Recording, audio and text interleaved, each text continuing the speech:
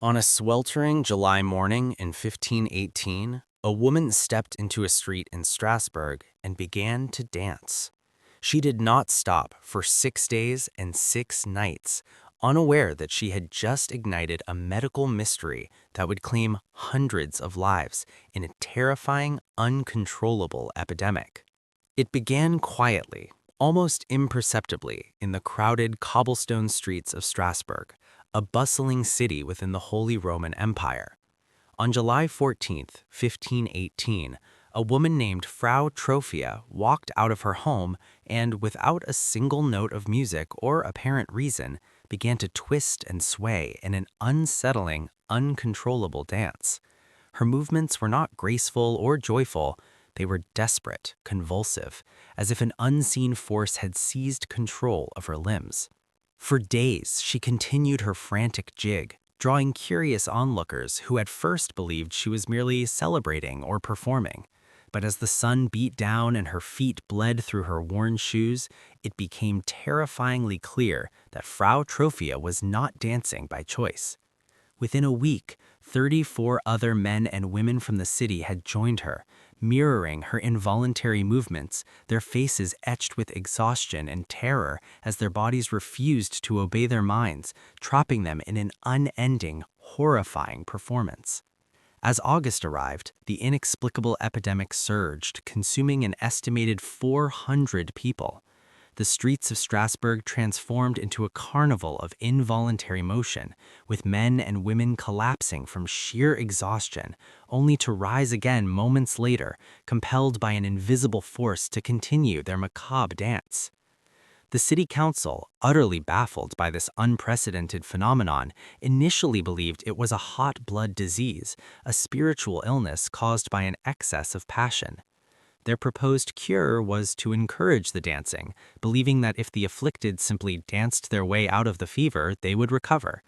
They even ordered the construction of a large wooden stage, hired musicians to provide stimulating music, and brought in professional dancers to lead the afflicted, unaware that they were pouring gasoline on a raging inferno, legitimizing the very behavior that was slowly killing their citizens. The council's well-intentioned but disastrous decree only exacerbated the crisis. Day after day, hundreds danced until their muscles cramped, their feet bled, and their hearts gave out. Contemporary chroniclers detail horrific scenes of mass collapse, with up to 15 people dying each day from heart attacks, strokes, and sheer physical exhaustion. The chronicler Johann Harold recorded the grim reality. Many of them maintained their dancing until their death, and many more after their extreme fatigue had to lie down without any other sickness and so passed away. The city was overwhelmed. The stages meant for healing became platforms for death, and the joyful music meant to soothe became the terrifying soundtrack to a mass fatality event, leaving families to mourn loved ones who had literally danced themselves into their graves. As the death toll mounted, the initial medical explanations gave way to terrifying spiritual fears.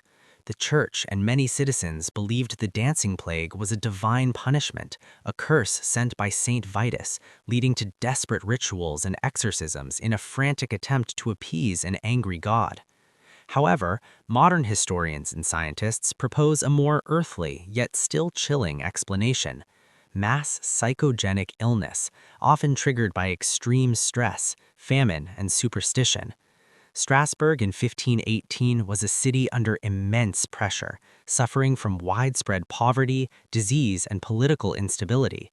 Adding to this psychological cocktail was the possibility of ergotism, a poisoning caused by a fungus that grows on rye, a staple crop, which can induce convulsions, hallucinations, and involuntary muscle spasms. This combination of an already vulnerable populace, mass hysteria, and a potential toxic substance created the perfect storm for a tragedy of this bizarre and devastating scale. Eventually, as the summer heat began to fade and the remaining dancers were forcibly removed from public view and sent to isolated hospitals, the dancing plague of 1518 slowly subsided, leaving behind a bewildered and traumatized city. No definitive cause was ever established, but the event remains one of history's most perplexing and horrifying medical mysteries. It serves as a stark reminder of the fragile line between the mind and the body, of how easily an entire community can be gripped by an unseen force, driven to self-destruction by a combination of fear, faith, and the terrifying power of collective suggestion. The phantom footsteps of those lost dancers still echo through the annals of history, a chilling testament to the day an entire city danced itself to death.